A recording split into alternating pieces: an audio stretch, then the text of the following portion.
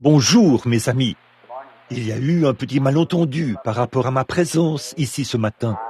J'avais promis que lorsque je viendrais pour prier pour les malades, Fresneville, en ferait l'annonce au cours de l'émission de radio. Mais pour une raison ou pour une autre, les secrétaires ne l'en ont pas informé hier. Voilà pourquoi ça n'a pas été publié, n'a pas été annoncé à la radio. Il y a des gens qui avaient appelé et qui voulaient qu'on prie pour eux ce matin. Eh bien, j'étais un peu ému, comme on le dit, par la venue au monde d'un petit garçon, comme je le suis chaque fois, et j'en suis très reconnaissant. Quand l'infirmière est sortie de la salle avec lui, j'ai dit « Joseph, ça fait 4 ans que je t'attends. Je suis vraiment content que tu sois là. » Alors il y a environ 4 ans, juste avant la naissance de la petite fille, avant que nous sachions qu'elle allait venir, eh bien un jour, je priais après avoir lu la vie de Joseph dans la Bible, et je me suis dit, quel homme parfait. Abraham, c'était l'élection. Isaac, c'était la justification. Jacob, c'était la grâce. Mais Joseph, c'était la perfection. Puis, il n'y en a plus. Vous voyez, plus rien n'est dit à ce sujet. Alors, je réfléchissais sur Joseph, sur sa naissance, et au fait qu'il était aimé de son père. Dites, en passant, j'ai reçu un télégramme ou un message en provenance de l'Afrique qui dit qu'ils sont en train de lui confectionner une tunique de plusieurs couleurs. Oui, monsieur, il l'attendait. Donc, j'étais là-bas, je suis allé dans la petite pièce et je me suis mis à prier. Oh Dieu, j'ai fondu en larmes en pensant combien ce Joseph était une personne merveilleuse et sur le fait qu'il avait été vendu pour 30 pièces d'argent, pratiquement 30 pièces d'argent comme Jésus. Judas, excusez-moi, a vendu Jésus. Et il était sorti du tombeau, vous savez, et s'est assis à la droite de Pharaon. Et personne ne pouvait voir le roi sans passer par Joseph. Et lorsque la trompette sonnait, tout genou fléchissait sur son passage. C'est la même chose pour Jésus, vous savez. Toute langue confessera. Je suis donc allé là et je me suis mis à prier. Or, il y a 3 dimensions dans lesquelles les gens vivent. La première est la dimension humaine. La deuxième est celle de la révélation divine. Et la troisième est celle des visions. Bon, par exemple, la prière. Quand on prie pour quelqu'un dans la dimension humaine, on dit, eh bien, j'espère que tu te rétabliras. Tu vois, je l'espère. Je mets ma foi avec la tienne. J'essaie d'utiliser toute la foi possible. Ça, c'est humain. La deuxième est celle de la révélation divine. Quand quelque chose vous est révélé, vous le savez alors, dans votre cœur, que la chose va arriver, bien qu'il n'y ait rien d'autre que cette révélation. Et la troisième est celle des visions. Et ça, évidemment, c'est ainsi dit le Seigneur. C'est absolument certain. Alors, c'est entré dans cette dimension-ci. Et quelque chose m'a dit, tu auras un fils et tu lui donneras le nom de Joseph. Eh bien, j'avais une petite fille.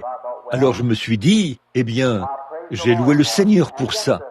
Et juste environ 1 mois plus tard, nous avons appris que nous allions être de nouveaux parents.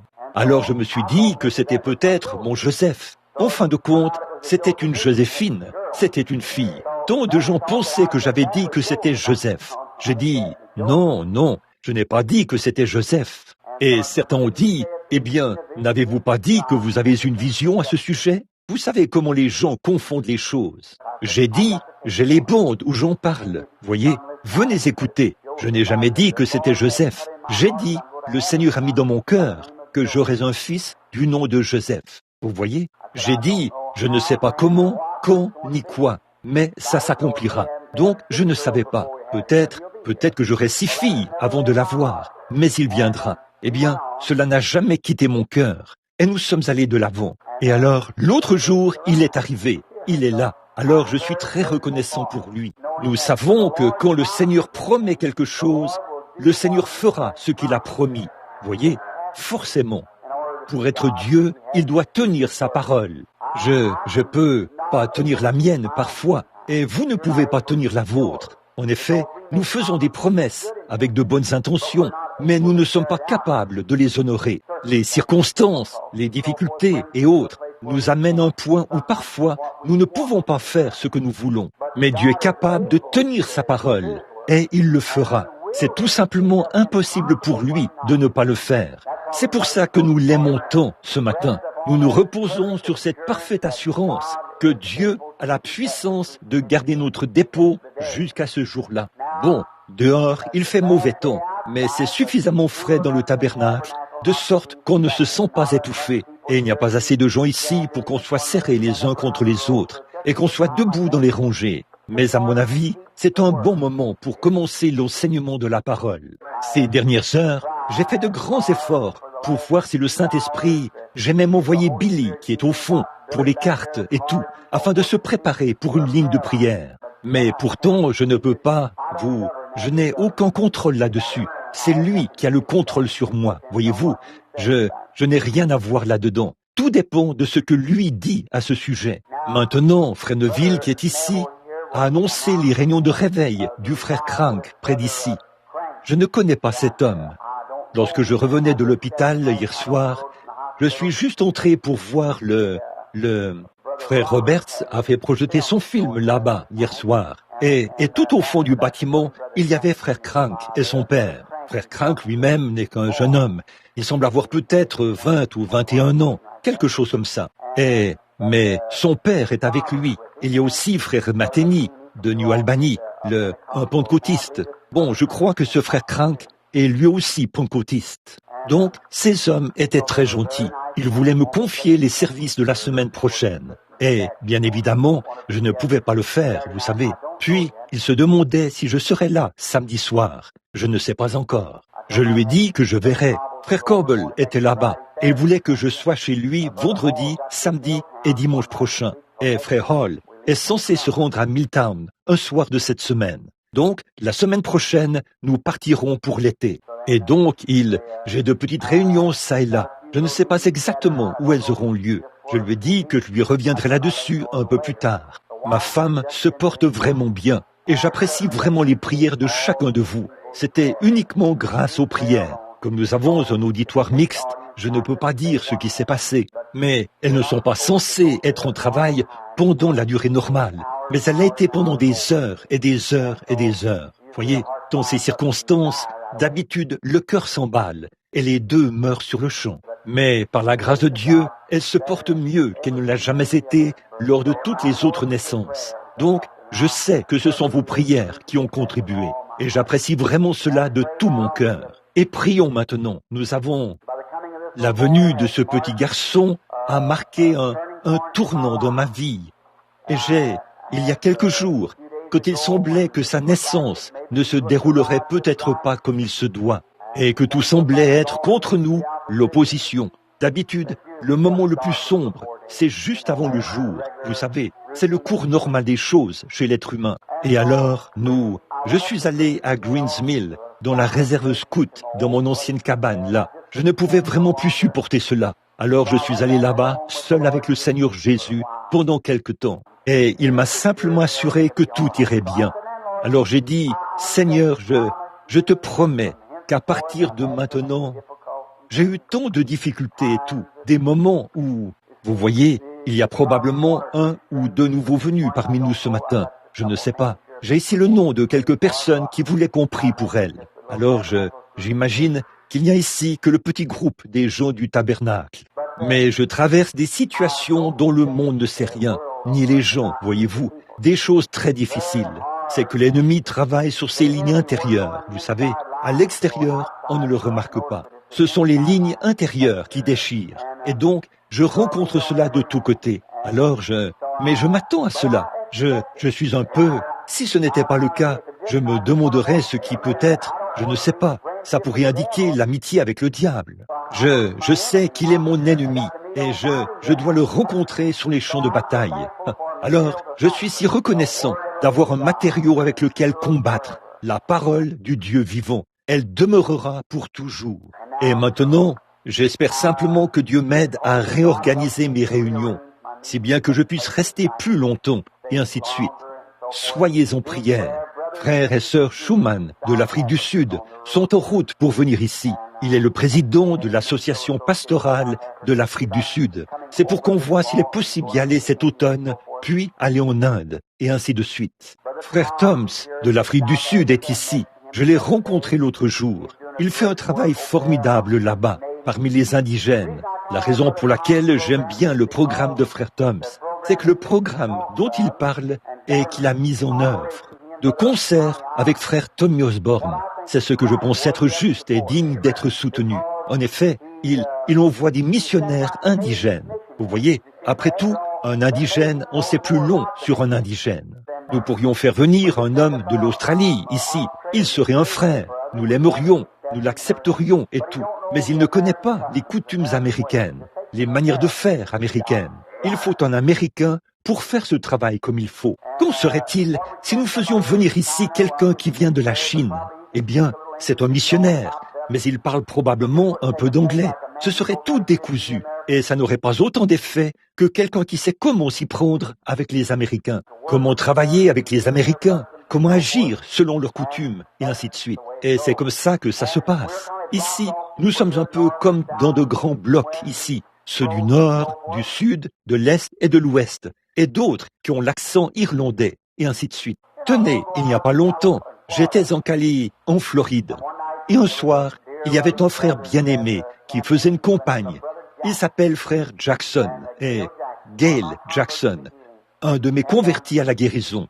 Alors, j'étais tout au fond, et vous savez, d'habitude, en ce qui concerne les offrandes et tout, je ne fais pas connaître mes besoins aux gens. Si le Seigneur pourvoit, tant mieux. S'il ne le fait pas, eh bien, nous trouverons ailleurs ce qu'il manque. Alors, Gail est venu là, et il a dit à l'organisateur, il a dit, eh bien, comment ça va, côté finance? Il a dit, oh, il nous manque juste environ $1000, ou un peu plus, peut-être 1500, pour qu'on soit flot. Il a dit, le problème, c'est que vous ne savez pas comment vous y prendre avec ces gens du Sud. Alors, il est monté là-haut, il a dit, me permettriez-vous de recueillir les offrandes pour vous ce soir? Il a dit, oui, mais pas question de mendier quoi que ce soit, parce que Frère Branham s'en prendrait à nous à cause de ça. Il a dit, nous ne mendions jamais. Alors, il s'est avancé là, a simplement dit quelques mots, et il y avait $2000 de l'offrande. Il a dit, vous voyez, Frère Baxter, vous ne savez simplement pas comment vous y prendre avec les gens du Sud, c'est tout. Donc, c'est comme ça. Vous devez être habitué aux manières des gens du Sud. Vous devez être habitué aux manières des gens du Nord. Vous devez être habitué. Et je pense qu'un indigène, comme il connaît ses propres coutumes et sa propre tribu, c'est une bien meilleure façon une bien meilleure personne à envoyer pour traiter avec leur propre peuple que tous ces gens taillés sur mesure que nous avons. Vous comprenez? C'est vrai. Donc, je suis très reconnaissant pour les frères. Bon, ce matin, je veux vous parler juste pendant un petit moment. Je ne sais pas. C'est probablement la dernière réunion où j'aurai l'occasion d'être avec vous pour quelque temps. Nous allons maintenant à Macon, en Géorgie. Et si j'ai bien compris, c'est parrainé par 42 églises baptistes du Sud. Puis, de là, nous irons à Denver pour la réunion internationale des hommes d'affaires chrétiens du plein évangile. Ensuite, je dois me rendre au Canada pour un bref moment. Et après cela, nous verrons ce que frère Schumann, à ce moment-là, où nous irons outre-mer, ou si nous continuons aux États-Unis. Bien évidemment, frère Moore établit tous les programmes, tout l'itinéraire, et pour ce qui est d'ici. Et il sera avec nous là-bas, où nous rencontrerons frère Schumann. J'espère que frère Schumann viendra ici pour que vous fassiez tous sa connaissance. Et qu'il ait l'occasion de vous parler ici, au tabernacle, une fois. C'est un homme très bien, lui et sa femme. Il m'a traité comme un frère quand je suis allé en Afrique. Alors, traitez-le de la même manière quand il viendra par ici, dans l'amour du Seigneur. Maintenant, après que je suis arrivé, j'ai su, on m'a dit que frère Neville n'avait pas eu l'information pour l'annoncer lors de l'émission. Je l'écoutais. Combien écoute l'émission? Je vous le dis, les cantiques sont sublimes. Et là, la prédication va un peu plus haut que cela. C'était vraiment un bon message hier. Vous appréciez tout cela? Ce n'est pas pour le faire rougir, mais c'est la vérité. Si je pensais que frère Neville faisait quelque chose de mal, je lui demanderais de venir dans le bureau pour discuter de tout ça avec lui et prier là-dessus. S'il fait quelque chose de bien, je tiens à lui en parler. Vous voyez, on se sent mieux comme ça. Les belles petites cartes et les cadeaux que vous savez tous, qui ont été envoyés aux petits garçons là-bas. Je tiens à vous dire que je les apprécie aussi. Ma femme envoie son amour et ses salutations à chacun de vous. Et maintenant, prenons la bonne vieille parole bénie que voici. Mais juste avant, adressons-nous à lui, l'auteur, avant de le faire. Notre Sauveur bien-aimé, nous venons pour utiliser ton nom, juste pendant quelques instants, alors que nous nous approchons du Tout-Puissant, le Créateur, celui qui t'a conçu dans le sein de la Vierge, et elle a enfanté cet être merveilleux, qui est le médiateur entre les vivants et les morts, le seul chemin, le seul médiateur. Et nous sommes si heureux de savoir que par sa divine promesse, il nous a donné ces paroles. Tout ce que vous demanderez au Père en mon nom, je le ferai. Alors, aujourd'hui, nous te demandons au nom du Seigneur Jésus, Père bien-aimé, de recevoir les actions de grâce qui viennent de notre cœur, alors que tu es toujours présent dans ton sanctuaire pour entendre les louanges de tes enfants. Et nous sommes reconnaissants aujourd'hui pour toutes les bénédictions, pour la santé et la marche de l'Église et de l'œuvre, partout dans le monde. Nous en sommes si reconnaissants. Et Père, nous te prions de continuer, et que non seulement tu continues, mais que tu répandes aussi la double portion sur l'œuvre, partout, car nous croyons que le temps tire à sa fin. Tout indique la fin. Nous ne savons pas exactement le jour, mais nous souhaitons être préparés, comme notre Seigneur Jésus nous l'a prescrit. Et maintenant, Père, nous te remercions. Je tiens à te remercier personnellement aujourd'hui pour mon petit garçon. Ta promesse a mis 4 ans à s'accomplir. Mais moi, l'Éternel, je l'ai planté, je l'arroserai jour et nuit. Tu accomplis toujours tes promesses, Père. Même si la vision, même si elle tarde, elle parlera quand même. Forcément, parce que c'est la parole et la promesse de Dieu. Nous n'avons pas peur. Nous allons simplement de l'avant, sachant que toute chose concourt au bien. Je te remercie d'avoir fait en sorte que la mère puisse donner naissance sans problème. Alors qu'elle a des douleurs et qu'elle souffre aujourd'hui, je te prie de la soulager. Nous savons que c'est quelque chose de naturel, mais donne-lui du réconfort, Père. Bénis-la là-bas aujourd'hui et fais qu'elle rentre rapidement à la maison. Tiens-toi près de ton serviteur, alors que nous avançons ensemble maintenant, là-bas, sur les champs de bataille, pour moissonner le grain et le ramener au grenier, par amour pour le Maître.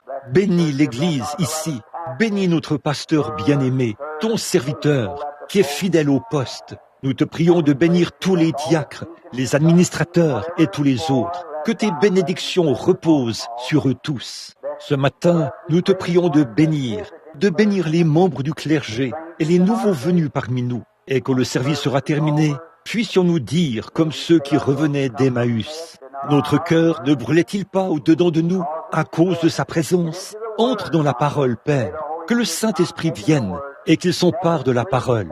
Je n'ai rien prémédité, je ne sais quoi dire, mais je remets tout entre tes mains.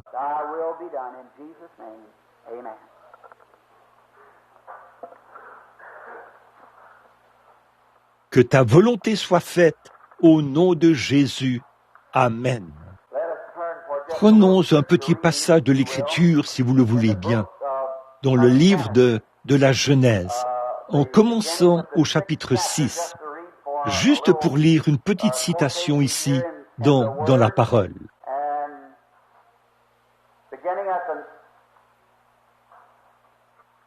Commençons au verset 8 du chapitre 6.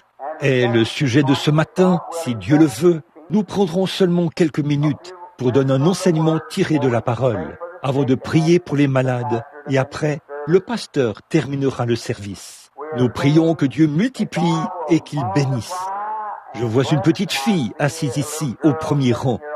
Je crois que sa mère est assise là, Je pense que nous avons prié pour cet enfant il y a quelque temps. Il me semble, pour autant que je m'en souvienne, qu'elle ne pouvait pas marcher, ou quelque chose comme ça, ou on dirait qu'elle va beaucoup mieux aujourd'hui, et j'en suis si reconnaissant. Nous prions continuellement Dieu de répandre davantage son esprit et sa puissance sur son Église et sur son peuple, partout, afin que notre foi s'élève bien au-delà de tous les manquements de la vie, afin que nous soyons plus que vainqueurs et que nous vainquions par celui qui nous a aimés et qui a donné sa vie pour nous.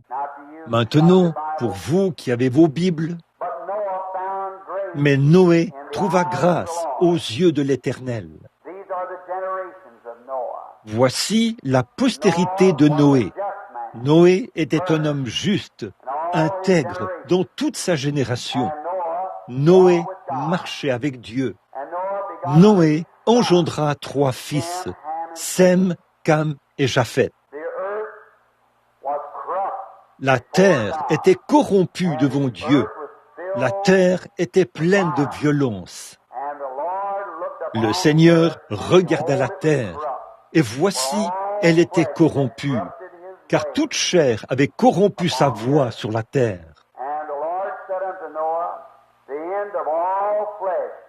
Alors le Seigneur dit à Noé, « La fin de toute chair est arrêtée par devers moi, car ils ont rempli la terre de violence. Voici, je vais les détruire avec la terre. Fais-toi une arche de bois de gopher. Tu disposeras cette arche en cellules, et tu l'enduiras de poids en dedans et en dehors. Que le Seigneur ajoute maintenant ses bénédictions à la lecture de sa parole.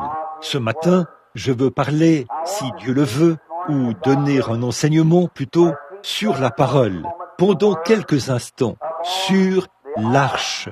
Ce que signifiait l'arche, ce que préfigurait l'arche, et ce dont l'arche était un type, car l'arche et tout ce qui se trouve dans l'Ancien Testament était un type parfait de Christ. Et Christ est l'accomplissement de tout l'Ancien Testament. Ça s'est accompli en Jésus-Christ.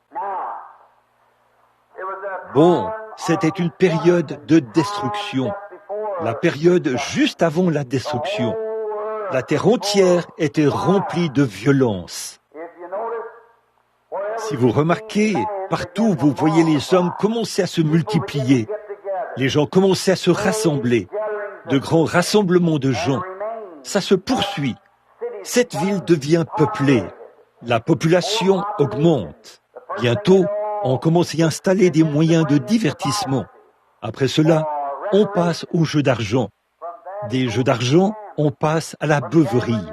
De là, la beuverie, on passe à la prostitution. Puis, on a des ménages brisés, le mariage, le divorce, et ensuite le meurtre. Ça continue d'empirer, comme une chaîne sans fin. Quand Dieu marchait seul avec l'homme, lui, il trouvait grâce devant Dieu. Mais quand les hommes ont commencé à se multiplier, et qu'on s'est mis à en avoir d'autres, et d'autres, et d'autres, alors ils se sont mis à... Là, Satan avait un plus grand champ d'action. Il se peut que cet homme-ci croie un peu en penchant de ce côté-là, et que l'autre penche un peu de ce côté-ci. Alors, quand Satan se présente là, il envenime le tout. Et ça devient ceci et cela, et les imaginations commencent à prendre de l'ampleur. Puis, la corruption s'installe. Et quand Noé, vous remarquerez qu'entre les générations, après le meurtre d'Abel, Dieu l'a remplacé par Seth. Bien entendu, les historiens nous rapportent qu'Adam et Ève ont eu 70 fils et filles. Mais dans la Bible, on ne rapporte que les 3 fils, Cam, Sem et Japheth, étaient les fils de Noé, excusez-moi. C'est Cain, Abel et Seth, qui étaient les fils de Noé ou les fils d'Adam. En fait, je suis un peu sous le coup de l'émotion depuis ces quelques derniers jours, depuis la naissance de mon Joseph. Alors, je mélange un peu les choses. Remarquez que cette lignée de Cam, après qu'il ait été transporté à travers cela, nous allons, à travers la destruction antédiluvienne, toute sa postérité a sombré dans la méchanceté. Quand nous en venons à la lignée de Caïn, la même chose s'est produite. Ils sont allés dans le pays de Nod. C'est ce que Caïn a fait. Il s'est marié là-bas. Il a pris sa femme et s'est installé là-bas.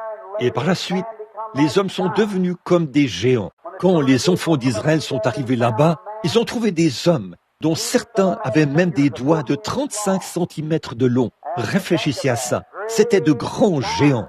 David a tué Goliath, qui était un homme très grand. Et il a dit que sa lance ressemblait à une aiguille de tisserand. Et combien il mesurait plus de 2,75 m. Et oh, combien il était fort.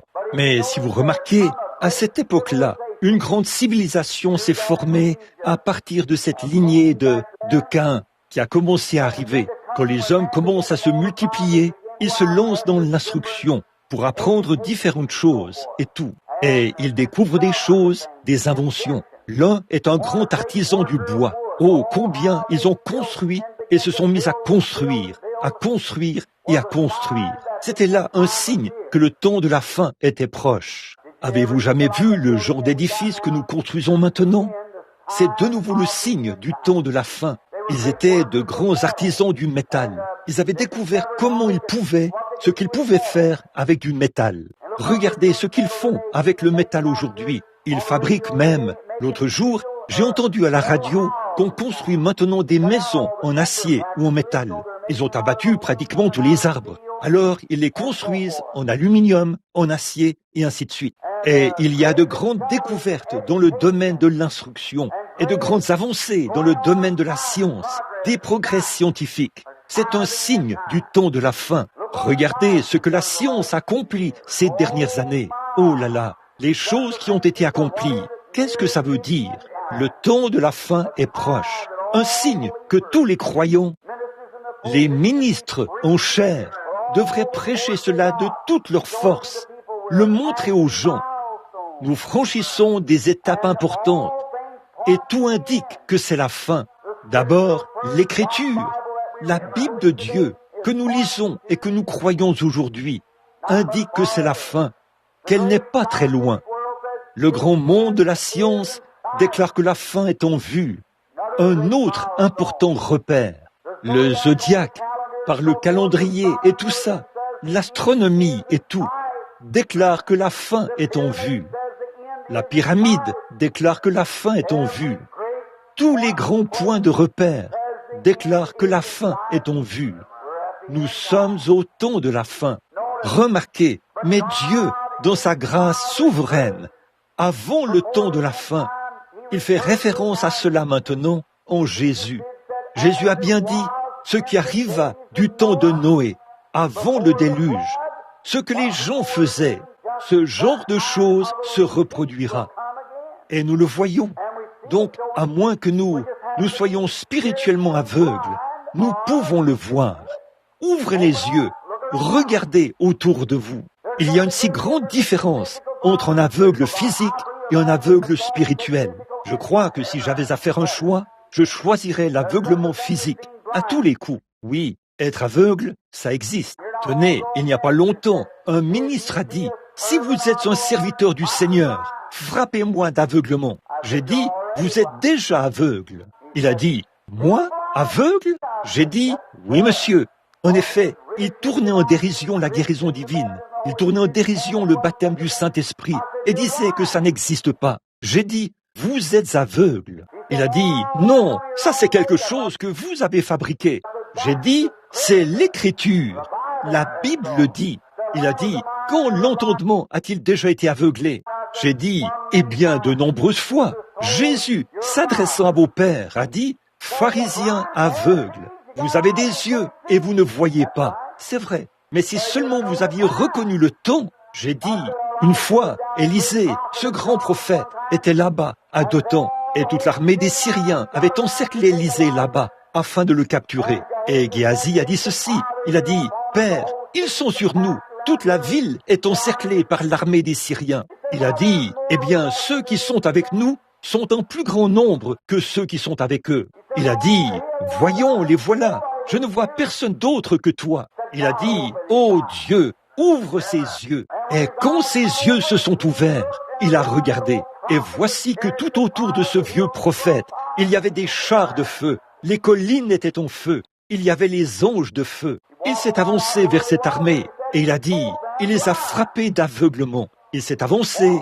Comment? Pas physiquement. Dans un sens, ils étaient physiquement aveugles. Il s'est avancé et a dit, cherchez-vous Élisée? Il était lui-même Élisée. Ils ont dit, oui, nous le cherchons. Il a dit, venez, suivez-moi, je vais vous conduire à lui. Ils ne le savaient pas, ils étaient aveugles. Et aujourd'hui, des hommes sont frappés d'aveuglement parce qu'ils rejettent Dieu, la miséricorde. Il ne reste plus que le jugement. Mais Dieu, dans son amour et sa miséricorde, a donc pourvu d'un moyen, de sorte qu'avant même que le jugement divin frappe, il y aura un moyen. Dieu pourvoit d'un moyen d'y échapper pour tous ceux qui désirent marcher dans cette voie. Ça, c'est sa miséricorde, de pourvoir d'un moyen d'y échapper, ne voulant pas qu'aucun périsse, mais voulant que tous arrivent à la repentance. Il est dans le monde aujourd'hui, il opère des signes et des prodiges, et il suscite des gens. De grandes choses se produisent, montrant des signes en haut dans le ciel et sur la terre. Des signes de soucoupes volantes dans les airs, et même le Pentagone et tous les autres ne savent pas quoi en penser.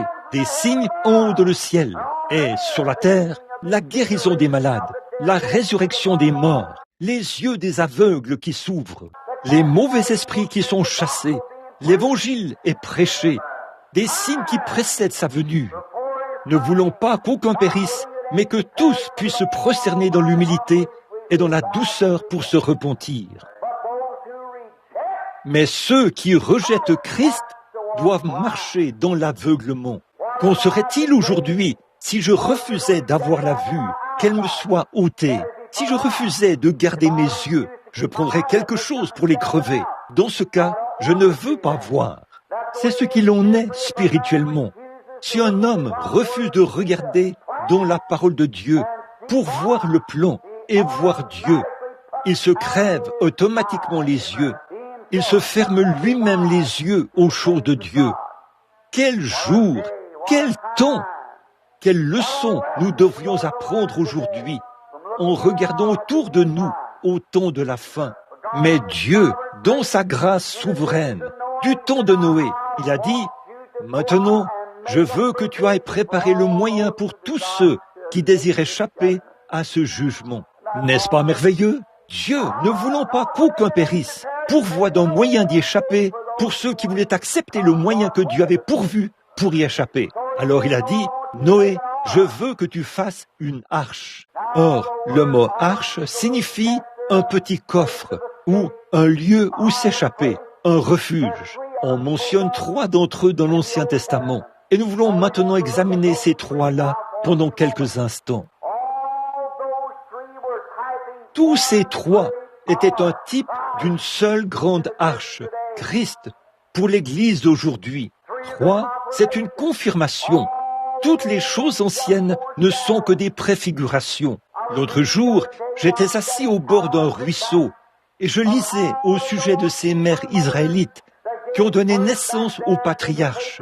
Et chacune d'elles, au moment de donner naissance, prononçait son nom pendant qu'elle était en travail, disant ce qu'il serait et ce qu'il serait au dernier jour. Sans savoir ce qu'elle faisait, elle marmonnait. Prenez Genèse 49 et regardez ces types, ce qu'il en est d'eux au temps de la fin, où ils seront, et observez ce qu'il en est. C'est juste là. Oh là là.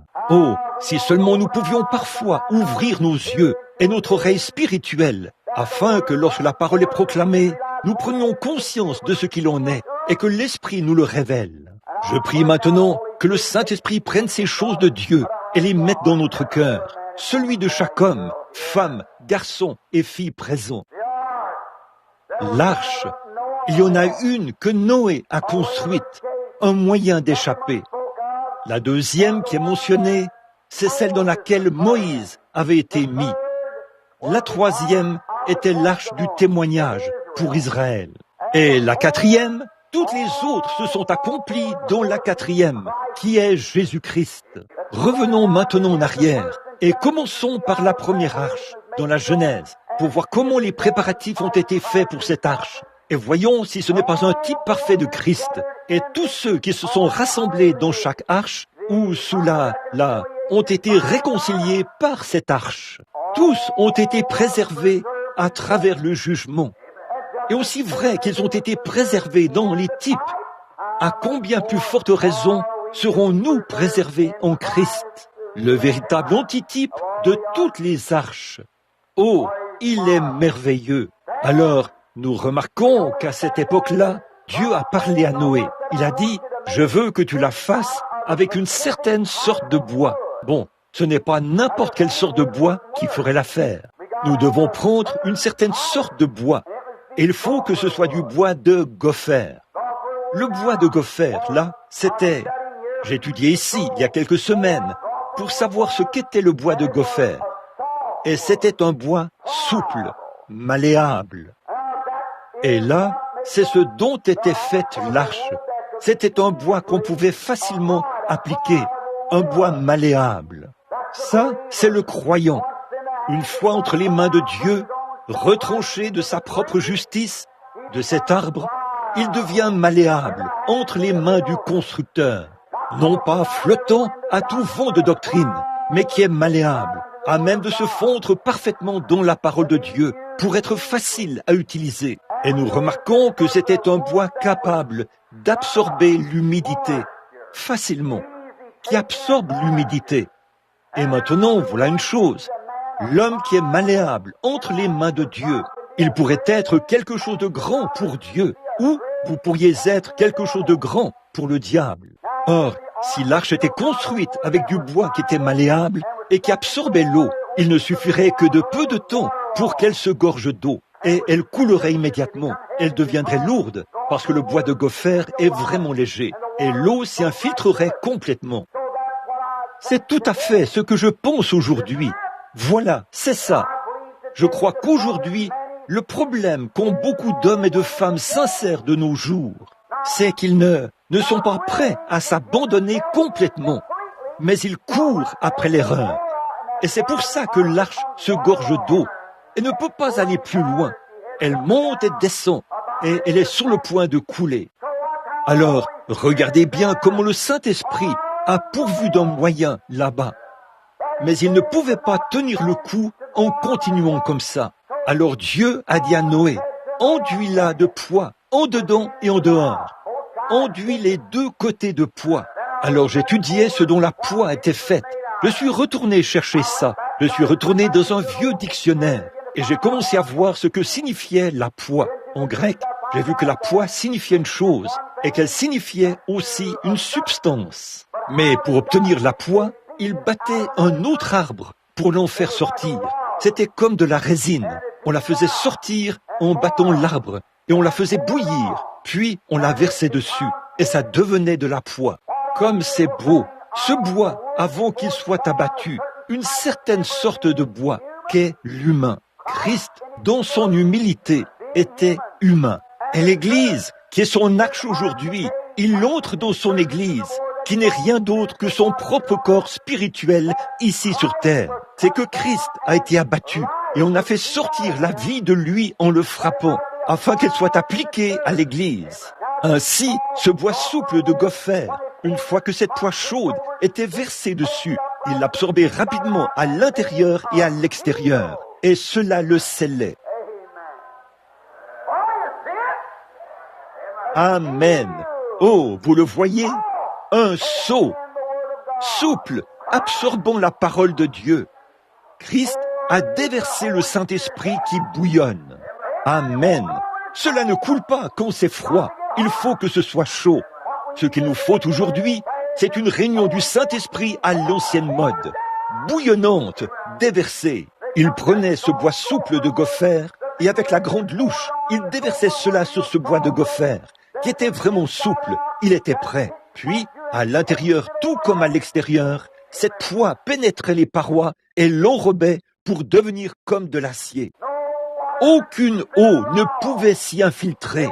C'était une protection. Et tout homme qui vient, reçoit Christ et est revêtu du Saint-Esprit. Sa pensée est tellement fixée sur une seule chose qu'il ne voit rien d'autre que Christ. Il ne se soucie plus du monde. Vous pouvez le heurter, le percuter, le mettre à la porte, faire tout ce que vous voulez, mais il est enrobé complètement. Autrement dit, il est scellé. Toutes les fissures sont scellées. Voilà ce qu'il faisait avec la poix. Et la Bible dit ce que... Savez-vous ce qu'est le scellement pour ceci, pour cette arche d'aujourd'hui? Éphésiens 4:30 dit « N'attristez pas le Saint-Esprit de Dieu par lequel vous avez été scellés ou enduits de poids, enrobés complètement jusqu'au jour de la rédemption. » Amen. Entièrement scellés. Chaque petit morceau de bois, chaque petite brèche, chaque petit trou, chaque petite fissure, chaque petit pore du bois est tout simplement scellé et enveloppé par l'Esprit de Dieu.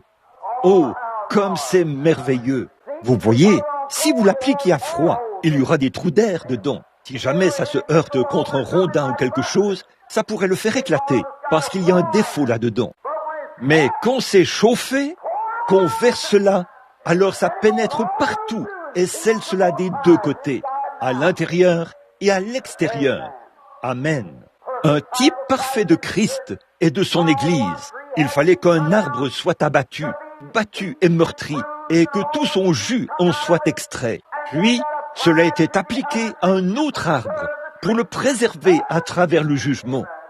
Christ a été abattu afin que, par sa vie et par le Saint-Esprit, l'Église soit transportée à travers le jugement. Vous le voyez? Quelle belle image! Oh là là! Ça vous réjouit, n'est-ce pas? Ça fait palpiter votre cœur. Voyez?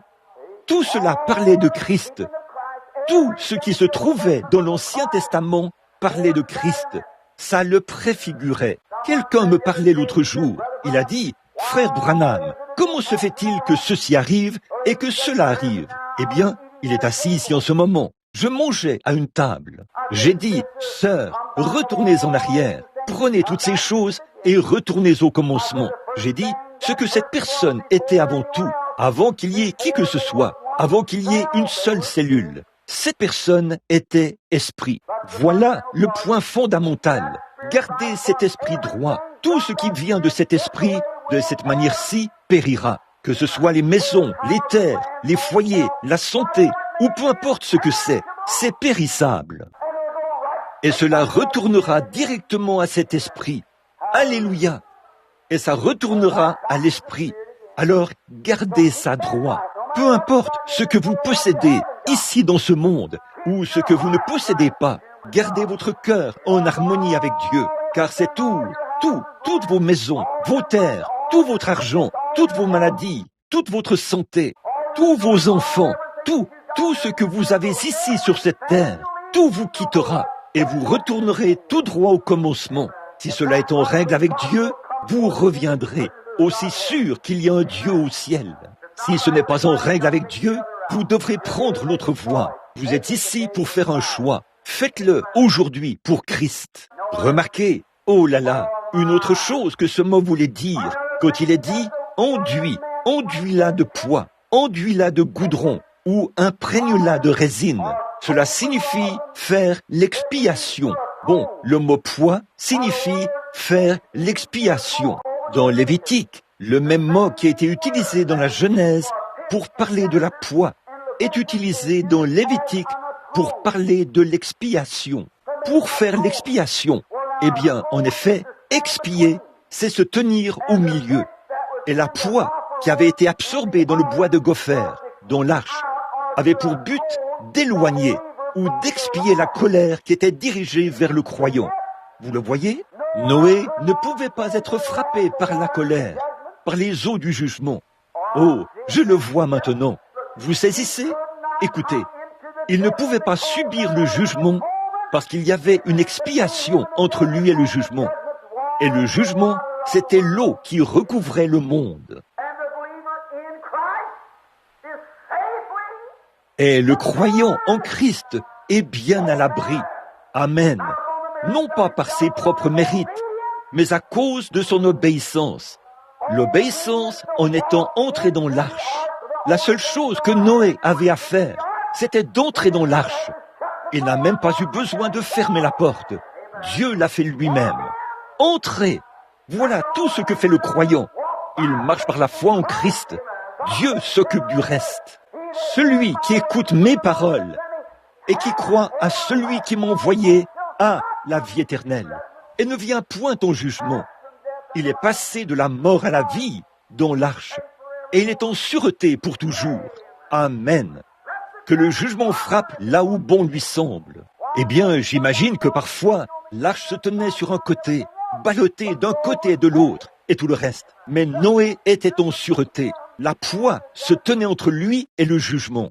Et aujourd'hui, le sang de Jésus-Christ, le Fils de Dieu, se tient entre nous et tout le jugement. Amen. Il n'est point condamné, ne vient pas non plus en jugement, mais il est passé de la mort à la vie. Amen. Pourquoi? Parce qu'il est dans l'arche. Quel tableau parfait! Les arbres sont abattus. La manière dont ils ont commencé à vivre dans le monde, ils ont d'abord été abattus. C'est-à-dire que tout homme, il vient au monde, né dans le péché, enfanté dans l'iniquité, et est venu au monde en disant des mensonges. Fini, haïssable, impie, loin de Dieu, étranger, sans espérance, sans Christ, voué à mourir et à aller dans la tombe d'un pécheur, prêt pour le jugement. Et alors, la parole vient, plus tranchante qu'un couteau quelconque à 2 tranchants. Elle abat l'arbre, le taille, en retranche toutes les épines et tous les aiguillons. Elle en coupe la meilleure partie, qui est malléable, amen, dans la main du constructeur, Christ.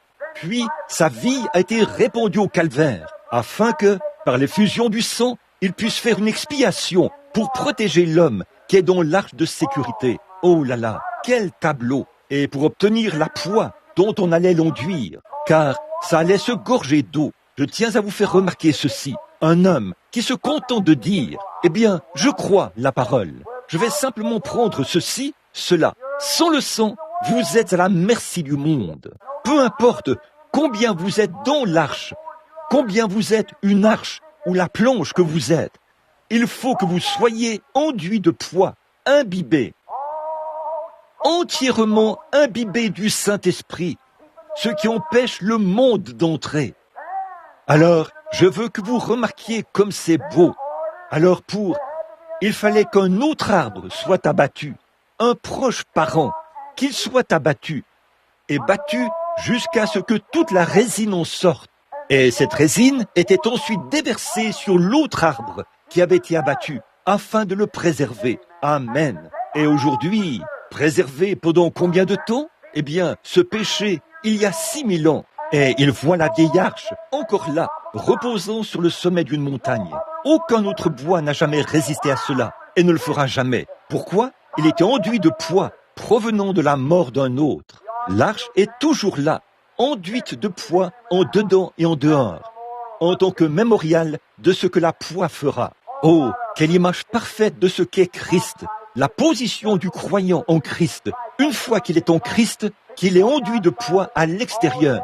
Avec tout ce que vous avez à faire, l'arche est préparée. La seule chose que vous avez à faire, c'est d'entrer et de croire. Remarquez, Noé, quand il est entré, c'est la seule chose qu'il avait à faire, c'était d'entrer. Dieu a fermé la porte et il était en sûreté jusqu'à ce que les jugements soient passés. C'est Dieu qui a fermé la porte, c'est Dieu qui l'a ouverte. Voilà le croyant aujourd'hui en Christ. Remarquez, on va faire vite là. L'arche suivante qui était mentionnée, nous allons l'aborder un instant, c'était Moïse. La Bible a déclaré que ce petit panier était une arche. Et remarquez, elle a été fournie par la mère, celle qui lui a donné naissance. Amen. Pas par un séminaire, pas par une expérience théologique, mais celui qui donne la naissance aux croyants a préparé l'arche pour lui, l'a transportée à travers le jugement. Cousue, elle l'a tressée avec les petites tiges qu'ils avaient à l'époque, comme une petite tige de maïs, une tige de lin. On a encore cela en Égypte. On peut encore voir ces mères emmener leur petit bébé avec elles, en traversant le Nil, le pousser en traversant, pendant qu'elle traverse à gué. Un petit panier, de la même manière, elle le pousse dans un panier de l'autre côté du Nil. Et elle est allée lui faire une petite arche. Et la façon dont c'est fait, c'est qu'on entrelace les tiges. Quand on confectionne cela, c'est comme ça que font les tisserands. Ils entrelacent cela en un mouvement de va-et-vient. Ensuite, elle est allée l'enduire de bitume. Le bitume, c'est de la poix, encore une fois. Le même mot, bitume. Examinez-le d'un bout à l'autre. Regardez et voyez s'il n'est pas dit poix ou expiation. Alors, voyez-vous, les tisserands tressaient les tiges et en les entrelaçant, ils laissaient de petits trous là-dedans pour que cela retienne la poix. Oh là là, combien le croyant, quelle honte aujourd'hui que nous soyons tous séparés. L'un est méthodiste, l'autre baptiste, et l'un est luthérien, et l'un est unitaire, et l'un est trinitaire. C'est pitoyable. Ils devraient tous être étroitement liés. Ensuite, la poix est déversée sur eux. Alors tout colle bien ensemble. Ils se cimentent, ce qui crée une protection. C'est merveilleux. Déverser la poix dessus.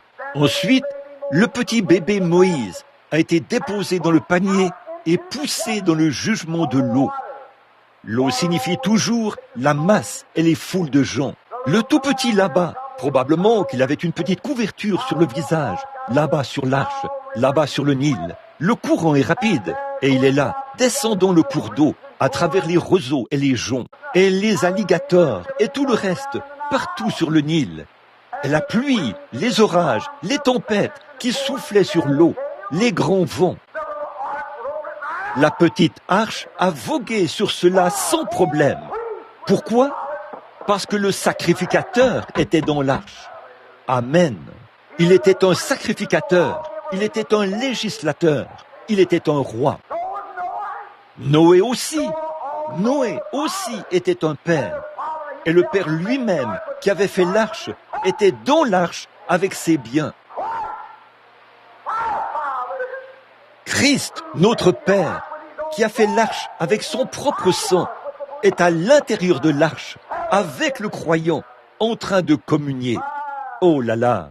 Comme tous les enfants et tous les animaux écoutaient Noé prêcher, pendant que les jugements s'abattaient sur cela, qu'ils se déversaient, l'arche chevauchait les flots. Elle était éprouvée d'un côté et de l'autre. Noé a dit, restez tranquilles, les enfants. Dieu a fait cette arche. Elle est construite selon ses instructions. Elle résistera à tout ce que le diable peut envoyer contre elle. Noé, dans l'arche, en train de prêcher, éloigné du jugement. Le petit Moïse, là-bas, regardant vers le ciel éclairé par les étoiles, la nuit, alors que le vent souffle et hurle partout. Le vieux Nil qui se soulève et les crocodiles qui s'approchent du panier. Alléluia! En sûreté, protégé, il y avait là une expiation entre lui et tous les orages et les vents violents que le diable pouvait envoyer. Rien ne pouvait renverser cette petite arche. Il a continué à flotter. Je peux voir le glorieux Saint-Esprit qui se tient au-dessus de lui. Je peux voir les anges de Dieu assis tout près, l'épée à la main.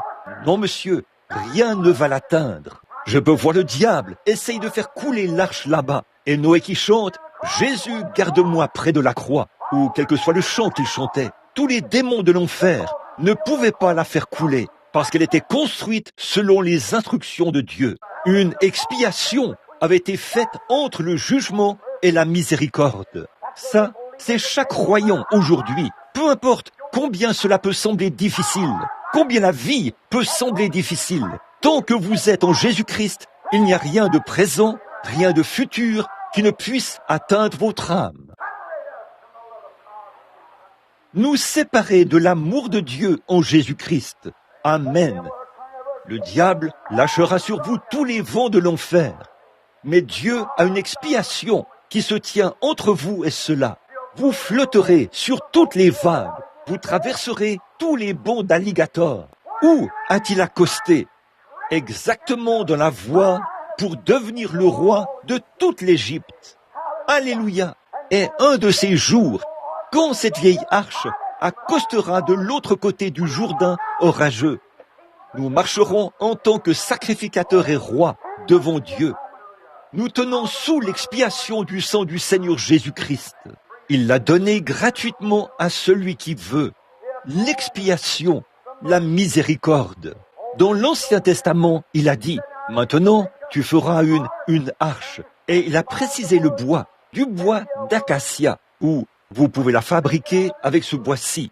Dans la Bible, on l'appelle du bois de sittim, mais en réalité, cela s'appelle du bois d'acacia. Et vous pouvez la faire avec la même chose, l'arche. Et il a dit, tu la feras et tu la couvriras d'or. Observez cette arche. Voyez si elle était un type de Christ. Remarquez, chaque fois, c'en est un type. Noé était un type de Christ. Il préparait un moyen. Moïse aussi. Maintenant, observez l'arche de l'Alliance. Il a dit, tu la feras de bois d'acacia et tu la couvriras d'or. Quiconque connaît l'Écriture sait que l'or représente la divinité et que le bois représente l'humanité. Vous voyez, il a dit, tu la recouvriras, la couvriras d'or sur le bois. C'est la divinité sur le bois. Christ sur l'Église, à l'intérieur et à l'extérieur. Couvert de la divinité. Vous aurez un couvercle sur le dessus. Ce sera un propitiatoire. Et toutes les lois reposeront dans cela. Mais avant de la mettre à l'intérieur, aspergez-la de sceau. La loi représente le jugement. Mais entre la loi et l'assemblée, il y avait un rideau. Car la divinité se tenait là. Un type de Christ. Entre la colère de Dieu, le jugement en enfer, entre cela et le croyant, se trouve la divinité, lui-même, Christ, qui se tient là, avec une expiation qui était faite, pour nous sauver de nos péchés et pour nous guérir de nos maladies. La divinité se tient là, entre le jugement. La loi, c'était un juge. La loi jugeait, mais l'expiation se trouvait entre le croyant qui avait confessé et le jugement. Le jugement se trouvait là, dans l'arche, prêt à être appliqué. Mais à ce moment-là, il ne pouvait pas l'être, car une expiation se trouvait entre lui et le croyant. Et le croyant est venu et a accepté Christ, dont l'ombre et le type, le sang versé, a été aspergé sur le propitiatoire. Alors, il obtenait miséricorde, et il pouvait repartir en se réjouissant, parce qu'il était affranchi du jugement. Il n'y a donc maintenant aucune condamnation pour ceux qui sont en Jésus-Christ, qui marchent non selon la chair, mais selon l'esprit. Et quand un homme sait qu'il est mort aux choses du monde, et que ceux qui entrent en Jésus-Christ et qui marchent selon le Saint-Esprit, et non par les voies de ce monde de péché, il n'y a aucune condamnation pour lui. Il peut regarder l'enfer et le jugement en face et se réjouir. Parce que là, il y a le sang de Christ qui fait l'expiation, qui se trouve entre lui et le jugement. Amen. Voilà. Le croyant, une fois qu'il est entré, le couvercle est fermé et c'est réglé pour toujours. Amen. L'or, la divinité couvre le dessus et le dessous et tout autour, enveloppé dans la divinité. Tout homme qui entre en Christ est enveloppé dans le Saint-Esprit et ils deviennent des fils et des filles de Dieu. Là, dans cet or battu, on le chauffait et le battait. Et celui qui battait l'or, il battait l'or. Il devait le battre avec un marteau. Et il battait l'or jusqu'à ce qu'il y voie son reflet. Ensuite, on le chauffait. On le répandait sur l'arche. Et cela pénétrait dans le bois. Oh là là! Quand le Saint-Esprit, qui est la puissance, le Saint-Esprit est le feu, est répandu sur le croyant par le sang de Christ, cela fait une expiation pour lui. Il est à l'abri de tout jugement divin. Est-ce que cela inclut la maladie? Oui, monsieur, absolument. Il n'est pas dit qu'on ne vous bousculera pas, qu'on ne se moquera pas de vous, qu'on ne sera pas après vous, qu'on ne fera pas ceci. Mais le malheur atteint souvent le juste.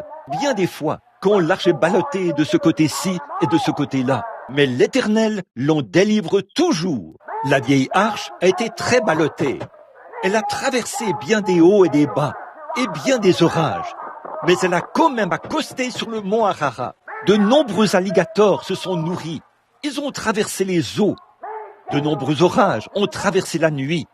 Elle a traversé bien des tempêtes sombres. Mais elle a accosté sans encombre parmi les joncs, où la personne destinée pouvait être amenée au trône de la nation, du plus bas au plus élevé. Amen. Nous, misérables, malheureux, du plus bas de tous les insectes, du plus bas de toutes les créatures, corrompus moralement, morts spirituellement, nous pouvons être élevés de ce lieu par l'arche du sang du Seigneur Jésus-Christ, pour être des fils et des filles, des rois et des sacrificateurs pour Dieu. Quel tableau! Qu'est-ce que nous contemplons? Comment l'homme peut-il rejeter une telle proposition que Dieu a faite avec l'homme? Voilà une autre chose que je veux que vous remarquiez. Quand l'arche est arrivée à sa place, il a dit, « Tu y poseras une couronne d'or sur le dessus. » Autrement dit, quand l'arche a été enduite de poids tout autour, avec tout cela, la loi était à l'intérieur. Puis remarquez une autre chose, le pain cachère ou la manne, qui était tombée au début. Cette manne était dans le pot, elle était gardée à l'intérieur de l'arche. Eh frères, si vous avez déjà goûté à Dieu pour voir qu'il est bon, entrez dans l'arche une fois, car c'est là que se trouve la manne. Pas dans un vieux credo libre, charnel ou quelque chose du genre, mais en Christ à l'intérieur. Entrez par la porte et Dieu fermera la porte derrière vous pour empêcher les jugements d'entrer. Remarquez, quand il est entré, il a pris cette arche. Aussi la verge d'Aaron avait été placée là et elle a bourgeonné. Une vieille verge qui était morte, un bâton, un bout de bois, rien de plus que ce morceau de bois qui est là, où toute vie l'a quitté. C'est sec au possible. Mais une fois qu'elle était placée dans ce lieu saint, elle a repris vie. Chaque pécheur, peu m'importe combien terne, combien sombre, quelle a été votre vie, dans la présence de Christ, vous vivrez de nouveau. Vous vous épanouirez et vous fleurirez, et vous serez nourris de l'esprit. Combien vous êtes malade, ça n'a pas d'importance. Vous vivrez encore dans la présence de l'expiation. Quelle chose extraordinaire! Quelle chose nous contemplons! Quelle écriture! Quel Dieu! Comme c'est parfait! Quel fondement sûr! Tout le reste n'est que sable mouvant. Tout le reste n'est que sable mouvant. Remarquez, il posait une couronne. Pourquoi? C'était le roi. Que signifiait cette couronne d'or posée sur le dessus d'une boîte? Cela signifiait qu'ici, avec cet or qui se trouvait par-dessus, l'humanité était couverte d'or. Du sang était aspergé sur le dessus et une couronne était posée sur cela. Quel type parfait de Christ et de sa divinité, de son amour.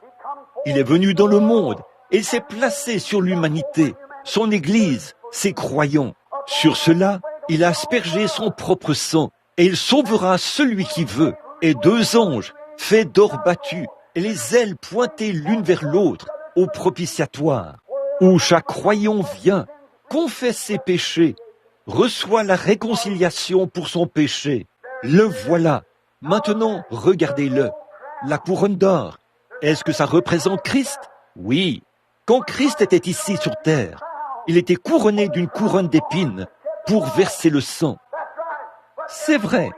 Mais chaque croyant qui passe par ce sang versé retire cette couronne d'épines et le couronne de gloire, de louange et d'honneur.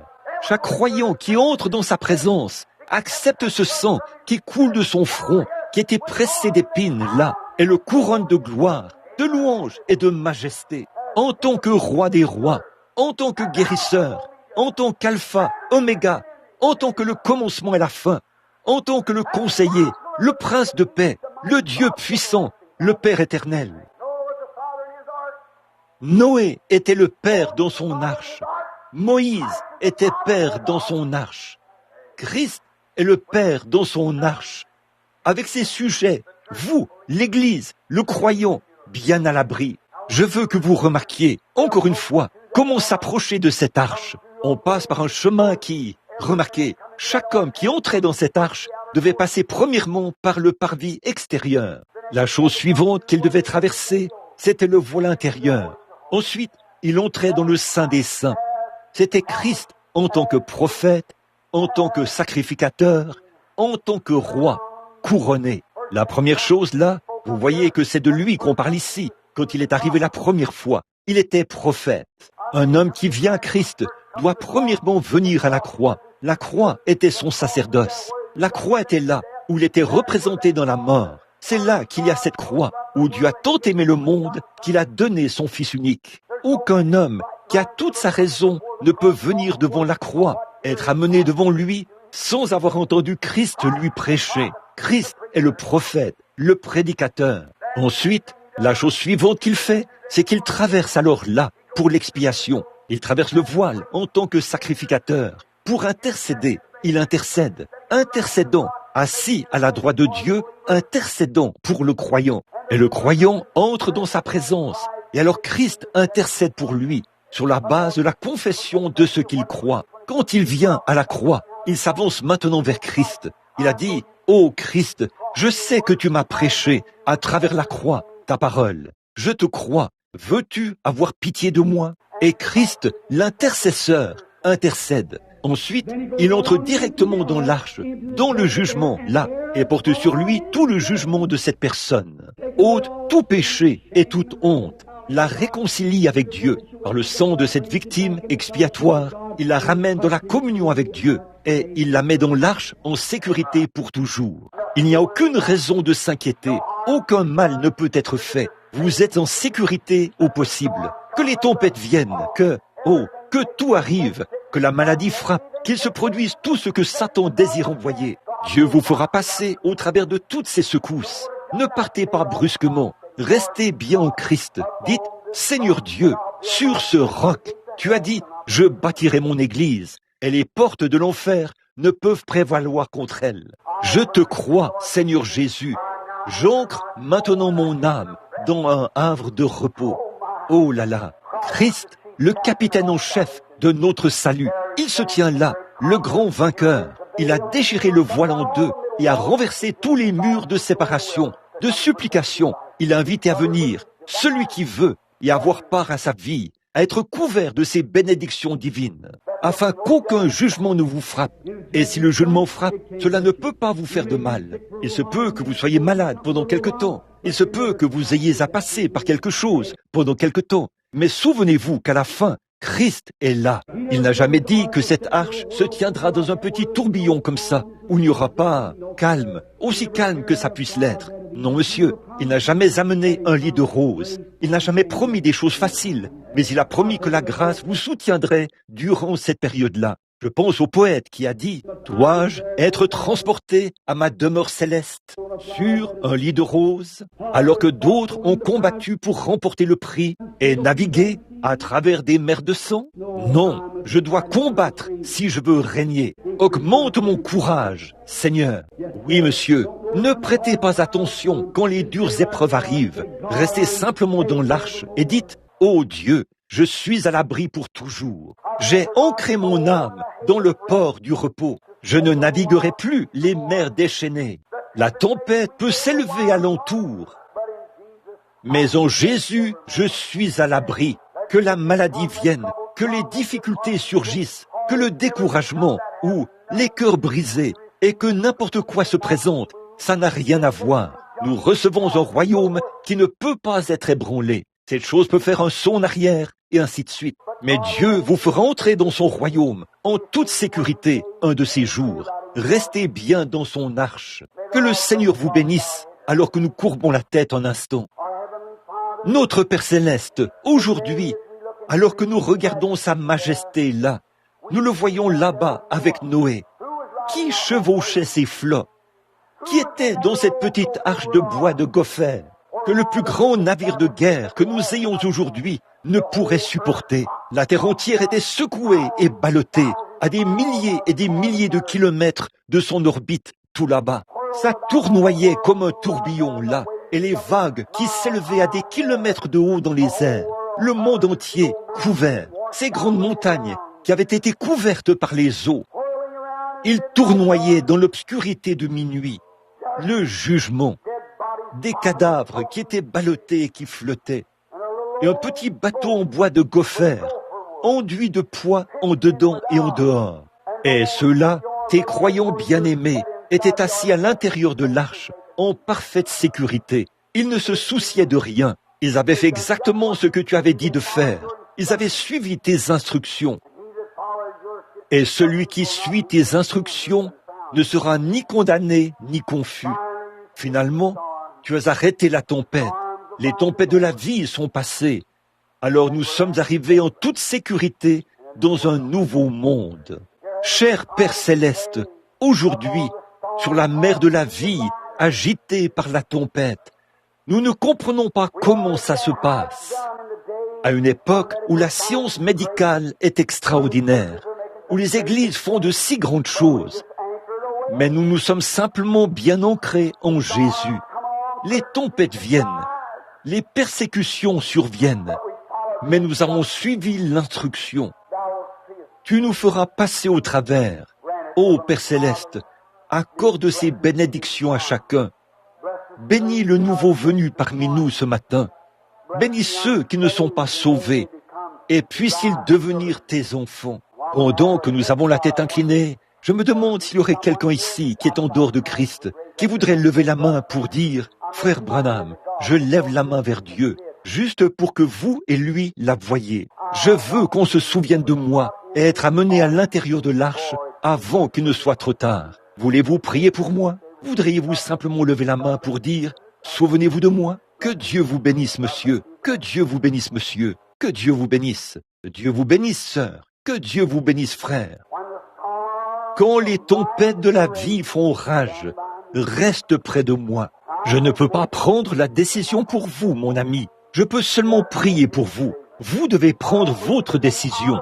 Je ne crois pas que qui que ce soit, au cœur honnête, pourrait entrer dans la présence de sa majesté et voir l'amour qu'il a promis. Or, pourquoi avez-vous levé la main?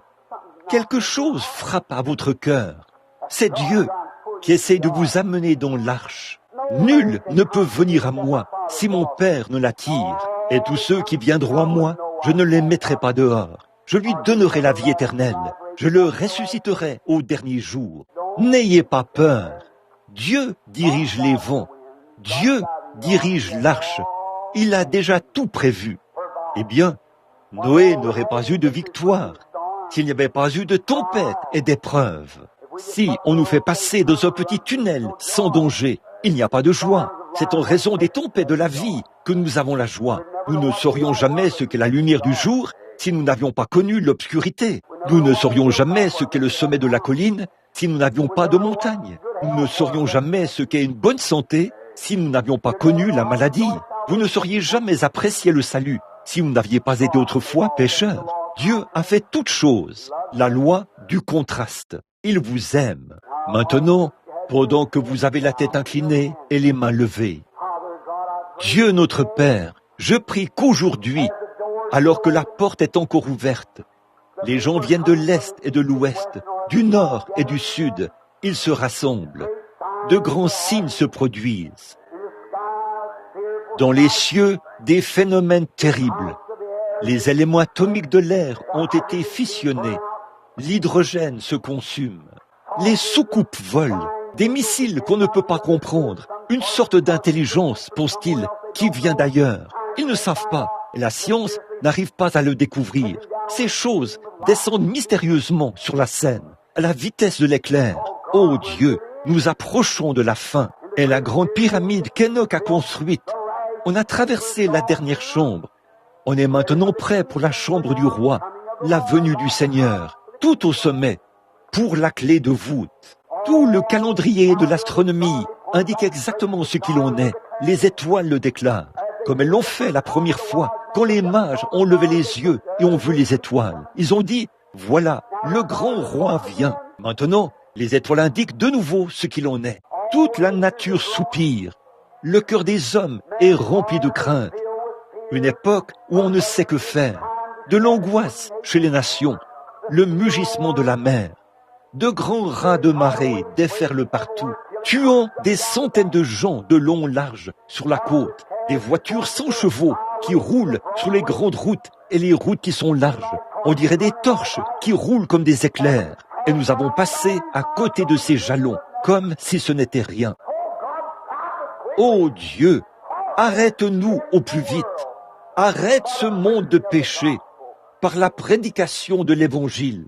Sauve ceux qui ont levé la main aujourd'hui, Seigneur Jésus. Accorde-le aujourd'hui, que la miséricorde que tu as offerte repose sur chacun d'eux. Puisse-il être maintenant même. Je ne peux rien faire. Rien d'autre ne peut être fait. C'est à eux de faire le pas suivant. Tu as envoyé le Saint-Esprit. Il a mis la parole dans leur cœur. Ils ont levé la main pour indiquer qu'ils y croyaient. Tu as dit, celui qui croit ceci ne périra jamais, mais il aura la vie éternelle. Viens, Seigneur, règle la question avec eux pour toujours. Ils croient en toi et ils croient maintenant ta parole. Comme tu l'as dit, celui qui écoute mes paroles, qui ont été prêchées, qui croit à celui qui m'a envoyé. Nous le croyons, parce qu'il a cru, la vie éternelle, et ne subira jamais de jugement, mais il est passé du jugement à la vie.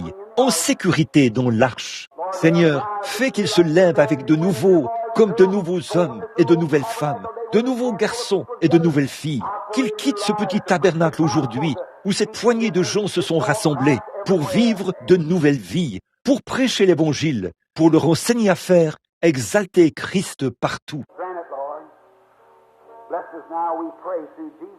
Accorde-le, Seigneur. Bénis-nous maintenant. Nous prions par le nom de Jésus. Amen.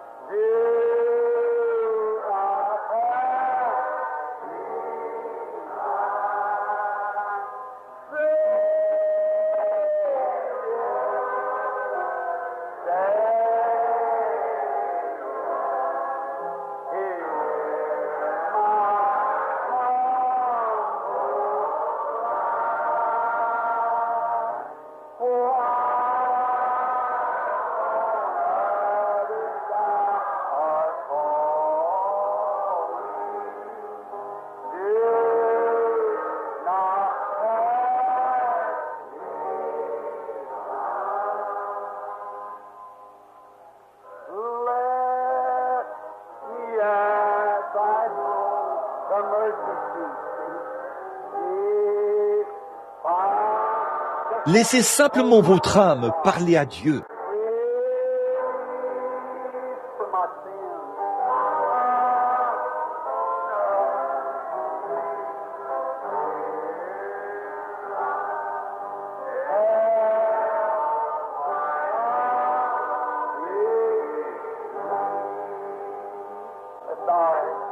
Courbons la tête.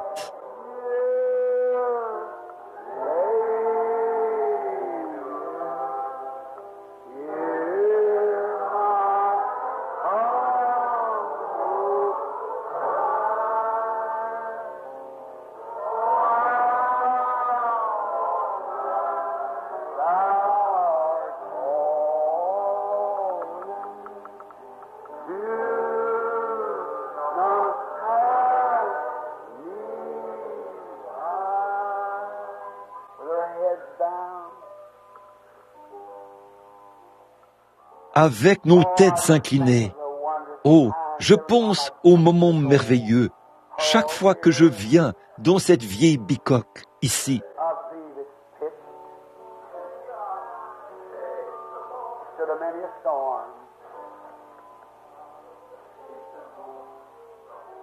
Je crois qu'elle est enduite de poids, qu'elle a résisté à bien des tempêtes.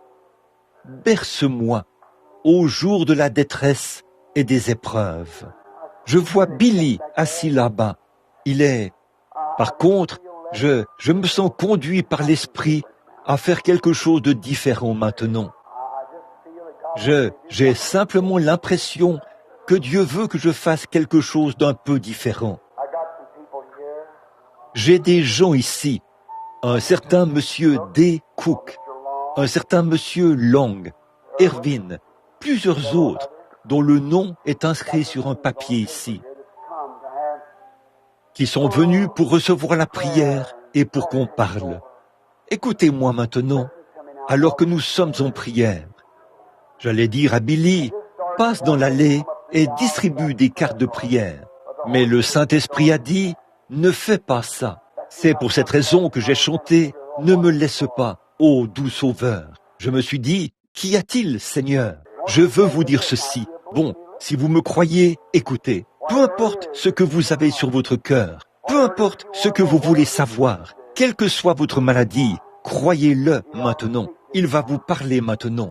Il va le faire. Il va vous parler individuellement. Je le crois de tout mon cœur. Le Saint-Esprit va le faire. Vous parler, vous dire exactement ce dont vous avez besoin. Tout ce qu'il vous dit, faites-le. Si vous êtes infirme, qu'il dit, lève-toi et marche. Levez-vous et marchez. Si vous avez un cancer et qu'il dit, oublie ça à partir d'aujourd'hui, faites-le. Voyez si ça n'arrive pas. Si vous êtes en danger, que vous ne savez pas de quel côté vous tourner, il vous dira exactement ce qu'il faut faire. Il le mettra dans votre cœur maintenant même. Ne doutez pas de lui. Allez le faire. Faites exactement ce qu'il vous dit de faire. Il le fera. Maintenant, pendant que nous avons la tête inclinée, ceux dont j'ai cité le nom, je veux qu'ils s'avancent ici à l'hôtel un instant, si vous voulez bien vous approcher. Et puis, s'il y a des gens du coin aussi, qui veulent venir pour la prière, voudriez-vous vous avancer pendant que nous gardons tous la tête inclinée? Une chose très étrange. Je viens d'être très étrangement mis en garde par le Saint-Esprit pour quelque chose. Je me demandais comment faire ceci, mais il vient de me le dire, et je sais qu'il a raison. Alors que ceux qui désirent être compris pour eux, un petit quelque chose devant Dieu, ou qui ont un besoin, la maladie, des problèmes financiers, physiques, matériels, quels que soient vos problèmes, voudriez-vous maintenant vous avancer à l'autel un instant, pendant que nous chantons ce couplet une fois de plus? Gardez la tête inclinée, tous sauf ceux qui s'avancent. Et maman qui est ici avec la petite fille, je veux que vous la meniez ici même à l'autel. Très bien.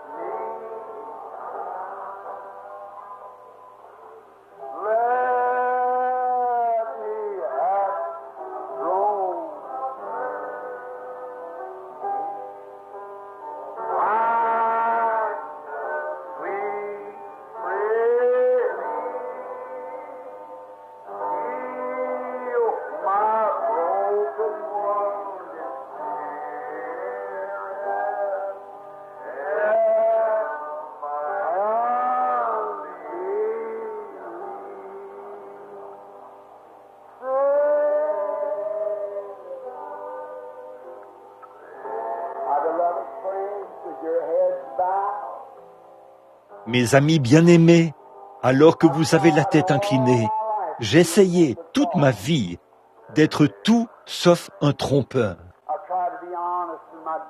J'ai essayé d'être honnête dans mes rapports avec Dieu et avec mes semblables. Et j'ai essayé chaque fois d'agir et de faire exactement ce que le Saint-Esprit me disait. C'est pour ça que je suis amené d'un endroit à l'autre et que j'arrête des réunions et que je vais à différents endroits. C'est parce que je suis la conduite de l'Esprit. Et ce matin, pendant que je prêchais ici, j'allais avoir une ligne de prière, faire venir, faire avancer les gens pour le discernement et parler avec eux. Mais quelque chose m'a parlé qui a dit « dis aux gens ». C'est pour ça que je me suis arrêté. C'est arrivé tout d'un coup. Il a dit « demande aux gens de venir ici et dis-leur, venez me demander. S'il leur manque quelque chose, je le leur dirai. » Vous vous demandez comment cette petite fille peut se rétablir. Comment vous, qui avez le cancer, vous pouvez vous rétablir? Comment vous, ici, qui souffrez de la gorge, vous pouvez vous rétablir? Comment vous, qui vous appuyez sur cette canne, vous pouvez être guéri? Comment vous, avec cette béquille, vous pouvez être guéri? Comment les aveugles peuvent recouvrer la vue? Comment vous, qui êtes affligés et en difficulté? Il y a quelqu'un ici qui a des problèmes de ménage, des problèmes de famille. Comment puis-je m'en remettre, frère Branham? Il vous le dira tout de suite. D'autres problèmes, vous vous posez des questions au sujet de ceci, cela, autre chose. Ce qui frappe votre cœur, maintenant, suivez cela et voyez si ce n'est pas juste. Suivez-le simplement et voyez si ce n'est pas vrai. Ne changez pas d'avis, tenez-vous-y. Il a dit qu'il vous parlerait.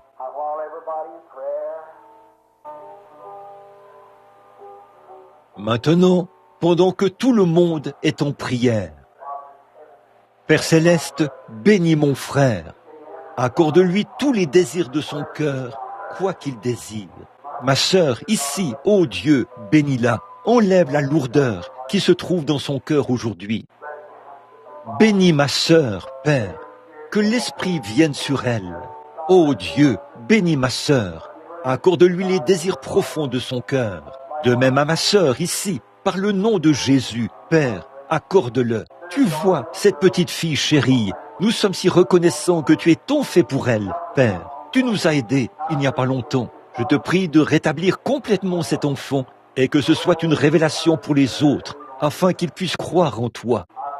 Je bénis cet enfant ce matin, au nom de Jésus-Christ, et je maudis la maladie de son corps. Bénis mon frère bien-aimé aujourd'hui, Seigneur, que sa foi ne faillisse jamais, alors qu'il regarde là-bas au calvaire. Te connaissant là, la foi, quelle que soit la foi qui repose là, Dieu confirmera cela et l'accomplira. Vous pouvez retourner à votre place maintenant. Bénis mon frère Morgan, donne-lui ce que son cœur désire.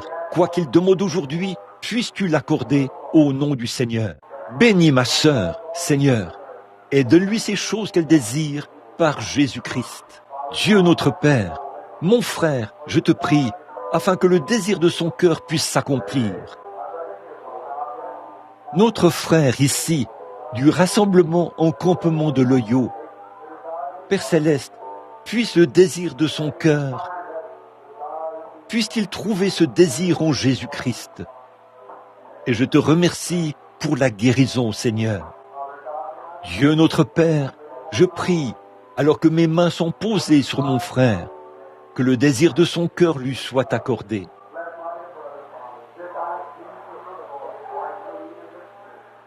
Bénis mon petit frère, Père. Voici une petite fille, Père, je la bénis. Au nom du Seigneur Jésus, puisse-elle obtenir ce qu'elle demande. Au nom de Jésus, accorde-le. Bénis ma sœur, Seigneur, au nom de Jésus.